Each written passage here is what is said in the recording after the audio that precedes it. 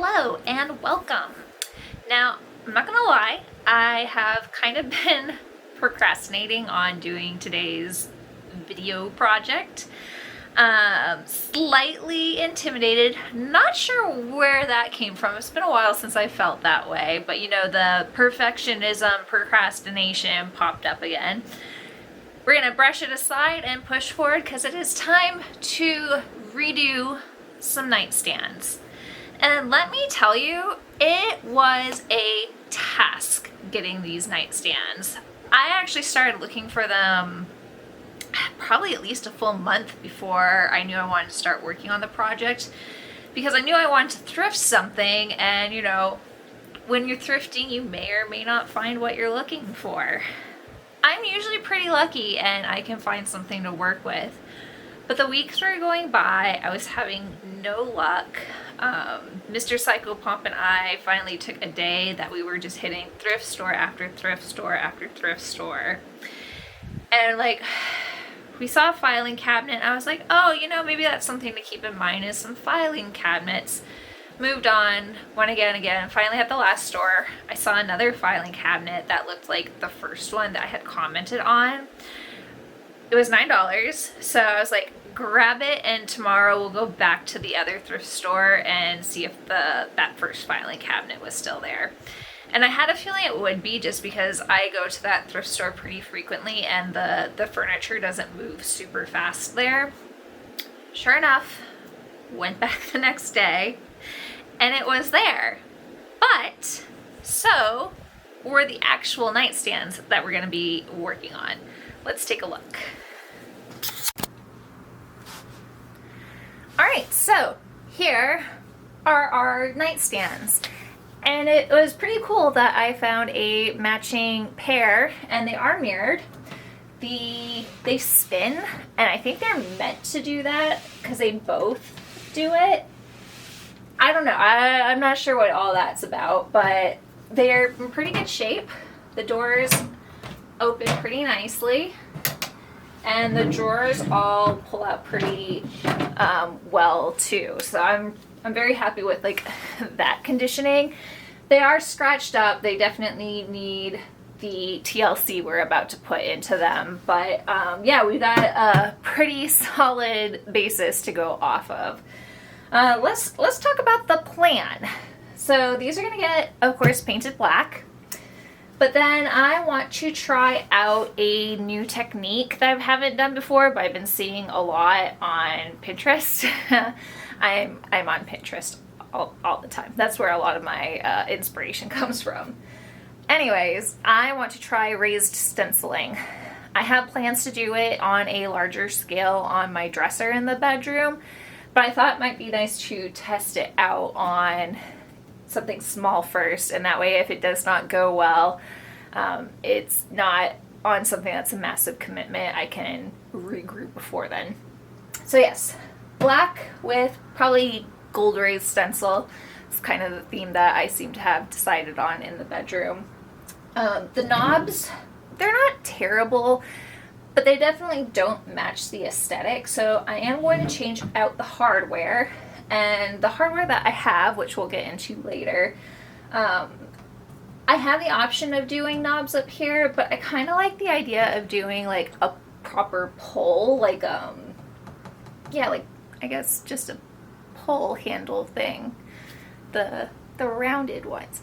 Anyways, I've got some hardware, so that means I'm going to have to detach these guys and film the hole, sand it down, and then paint after I do all of that. So I am going to take off all the hardware, and I'm going to see if I can take off the doors.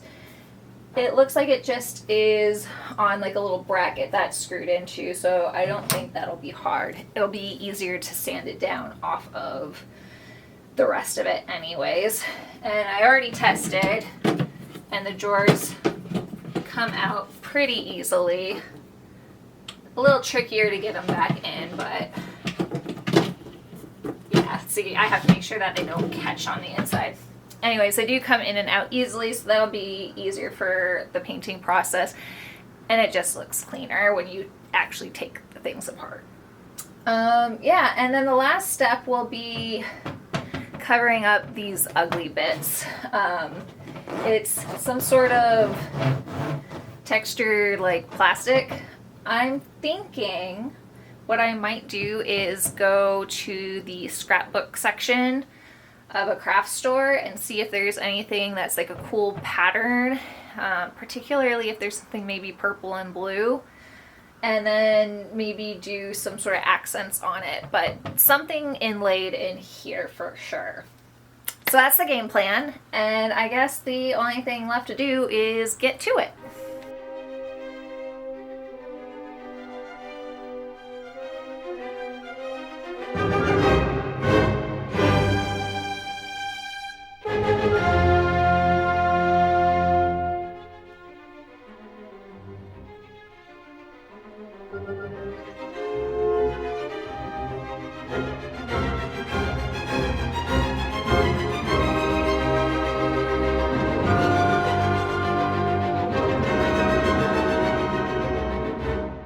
We are all disassembled, handles are off, doors are off, drawers are out. I did add just a little screw into the bottom. There's kind of like a hole almost already there, and now they're not gonna spin around on me every time I try to open them, so that will be much more tolerable. Now there's some holes on the top. These ones I think have to do with the pegs that hold the door in place, but for some reason there's just like random holes in the middle, and I'm not sure what that's from. So I do have to fill in a few places before I can sand these down, and that's going to have to dry. So I'm going to go ahead and take care of that, and then we will come back for the next stage of prep. Alright, so it is the next day. The filler has hardened, so we are ready to proceed. It's a little bit later than I meant to get started, but I had a massive migraine by the time I was done with work, and it's hot out, so I was kind of just trying to let it cool just teeny tiny bit. But anyways, first step before we start like sanding and painting will actually be prepping some holes for the new hardware, because as I mentioned on the doors I want to do like handles rather than knobs. And as it so happened, while I was visiting my parents, I was chatting with my dad about this project and mentioned that I wanted to change out hardware, and he was like, oh, I think I have some stuff that might work for you in the shop. And so he shows me these handles that he got from some cabinets that he refurbished into like workshop storage. And I think if the camera will focus, there we go, that these will do quite nicely, especially once I get maybe just a little gilding wax. You're gonna see that stuff plenty, I think, throughout the course of this redecoration process. But yeah, those are nice. And then just some like basic round knobs, but I think that they definitely match the look we're going for better than the original knobs. So I'm excited about that, but like I said, I need to drill new holes for the handles. So we are going to go do that. Alright, so in order to space the handles properly, I first stuck down some tape just so I kind of knew the placement based off of where the edge of the tape was. I then took some chalk and I just use it to rub around where the screws go in, and that's going to leave me an imprint on where the holes are supposed to land. And this actually worked really well. So I drilled out both of those holes, and I actually needed to go back with a little bit bigger of a bit so that the screws could fit through, but the spacing was perfect doing it this way. With the hardware holes ready to go, it was time to get to sanding.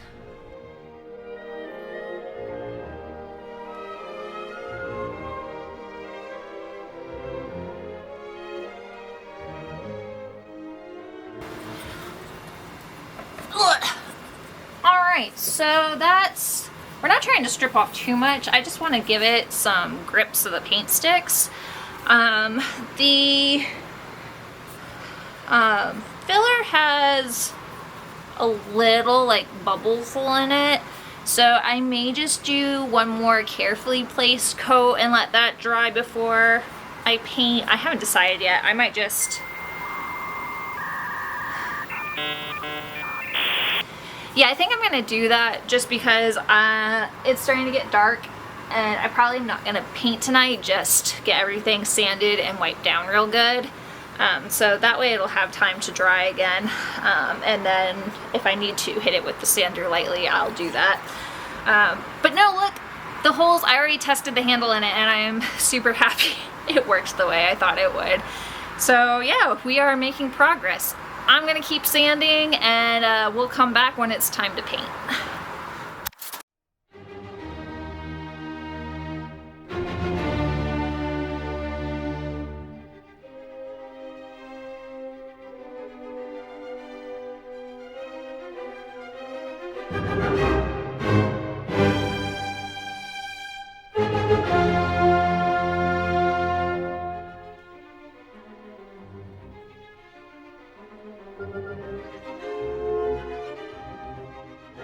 Okay, so now that the base coat of our paint is dry, we're gonna go ahead and do the stencil and then we'll do our second coat of paint on top of the stencil. I did go ahead and prep it. This, let's see. This is the one we're using, but I'm not using the whole thing for this. So the little top element here, I've gone ahead and taped that off. And then this little piece here, I've also taped off because that is right over where the hole for the knob is going to go. So that way I don't have to worry about cleaning it out. It'll just lift right off when we lift the stencil. I am slightly concerned because this stencil is super thin that we're not going to get much profile. I'm going to try it, just see like when I lay down the compound, if when I lift it'll just give it that little extra height, and if not, I guess I'm gonna have to tediously trace and cut this out of something thicker to get the height profile that we're looking for. But we're gonna give it a go because I can wipe it off while it's still wet and it'll suck, but we can do it. So test this out and hope that it works so I can save myself probably like 2 hours worth of X-Acto knifing. All right, let's go. All right, so I've got joint count compound. This is what I'm using for my stencil mud. It is pretty cheap and easy, so I'm hoping that's gonna work. I've got my stencil, I have a putty knife, and then I have just some Q-tips to clean up anything that might smudge a bit. I also have masking tape. So to get everything to be the same, I am just using, I used clear tape so I can see the hole in the center, and I'm just lining up with the bottom of that specific piece of stencil and then making sure that the bottom of the stencil itself is pretty much level with the bottom. So let's just get that taped down. And I know I probably shouldn't be doing this on my carpet, but it is so hot outside. I just brought this in and I'm too lazy to find and lay out some sort of floor protector. So we're just gonna try to be somewhat tidy. I don't know how much I need to make sure like this goes well the first swoop. And that's why we're testing it small scale before I do it on a large piece of furniture. I guess maybe start in the middle and... Oh, that's satisfying. Okay, okay.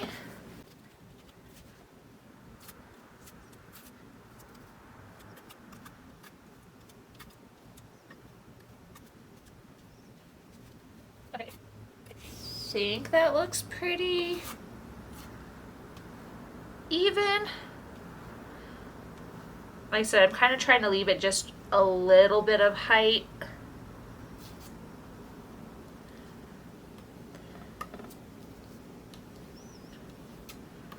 All right, moment of truth.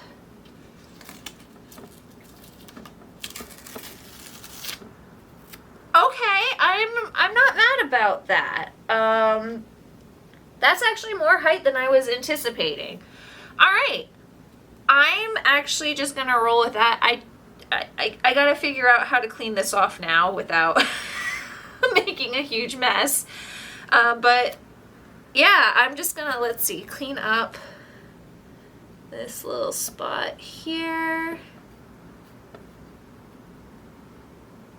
I think that's it.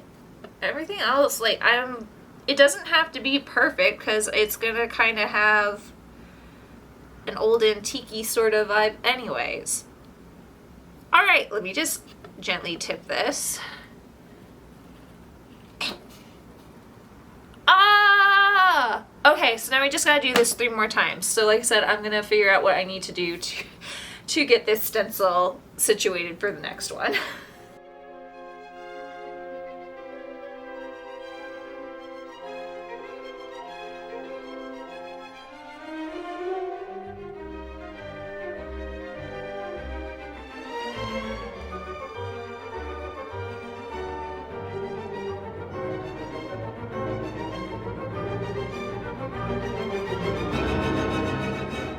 So that is what we are going to be painting over. I'm going to do one more coat of black on top, and then I don't know if I'm going to use the gilding paste.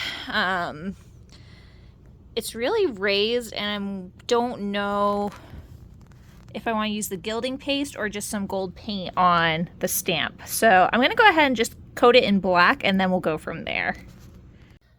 All right. I thought while paint is drying that maybe we can work on the inserts for the doors. I already cut out a couple of boards to the right dimensions, and I'm just going to use this as backing for the paper.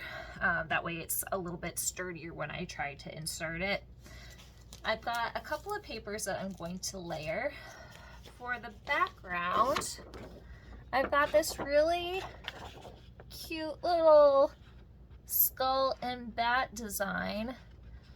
It's gray on black, so it's nice and subtle. There were some other Halloween prints, but I didn't want it to be like too kitschy. But this is going to add just a little touch of spooky without being overboard. So that's going to be the background. And then the other paper I got, let's see if I take it out of the sleeve if you can see it. I thought this was really cool because it's semi-transparent, and then it's got a gold like circular map on it. So I thought that was pretty cool. And then we have like the a while back in one of my thrifted videos, there was a piece of art that we picked up that was like a really like old world sort of map. So I kind of thought it would be fun to pull that in. So I'm gonna just layer it on this paper, and then I'll have just a small border since this really blocks out most of the pattern. And I just thought that would look really nice. So I'm going to get this trimmed down to dimensions, and then we will just layer it up.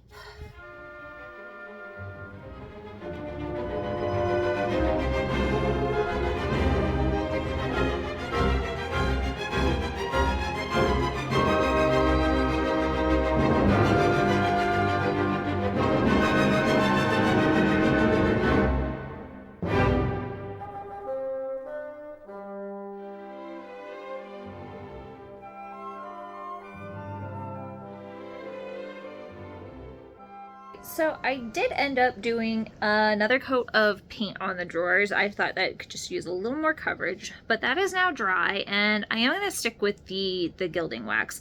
I think I've got a little bit better feel for it, so I'll have enough control to not make a mess.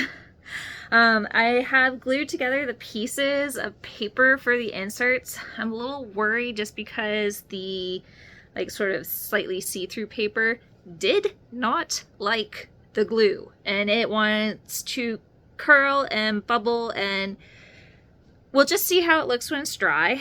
I can always age it and just make it look like it is like old and, you know, antique-y to try and hide some of what is going on with it. I don't know. It's not paper that I'm willing to spend a whole bunch of money replacing because it was not cheap, so that's kind of a bummer. But like I said, I think that we can still make it work. So yeah, I'm going to grab the antiquing paste and get some on that get some on the drawers.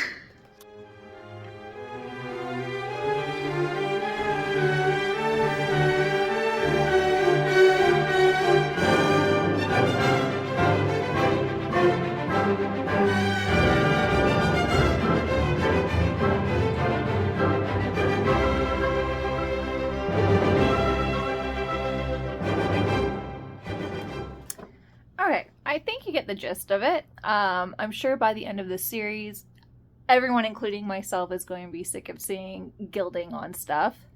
But I kind of like the texture that the roller gave it, so as I'm putting on the gilding. So yeah, I'm gonna just keep on going with that.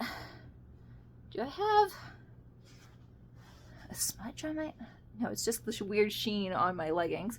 Anyways, I'm going to do all of these drawers, and then honestly, I think I will see you in the unveiling.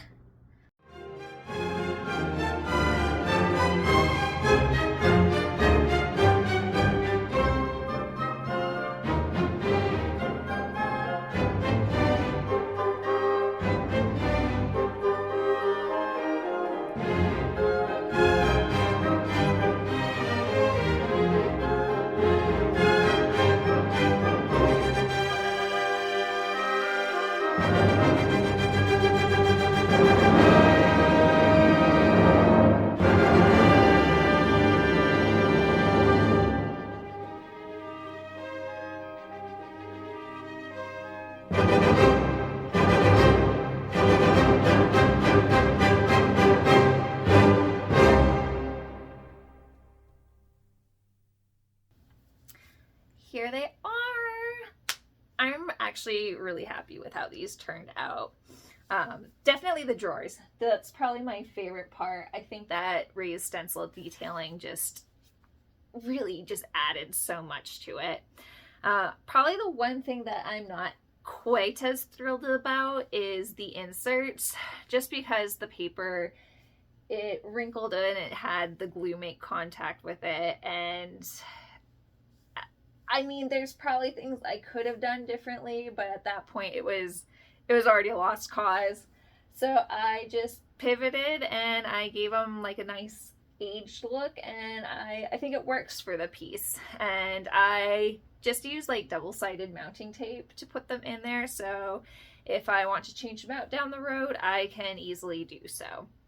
Other than that though, yeah, I'm super happy. I got to learn how to do something new with power tools. I learned a new stenciling technique, so this was definitely a great project to add some more skills to my repertoire. But yeah, the next project will be, I think, some lamps to refinish. I have a couple of shades that are just begging to be recovered. I really want to try this out, so hopefully it turns out well. I guess we'll find out in the next video, but thank you so much for watching this one. I hope it helped you to relax in peace, and I hope to see you in the next one. Bye.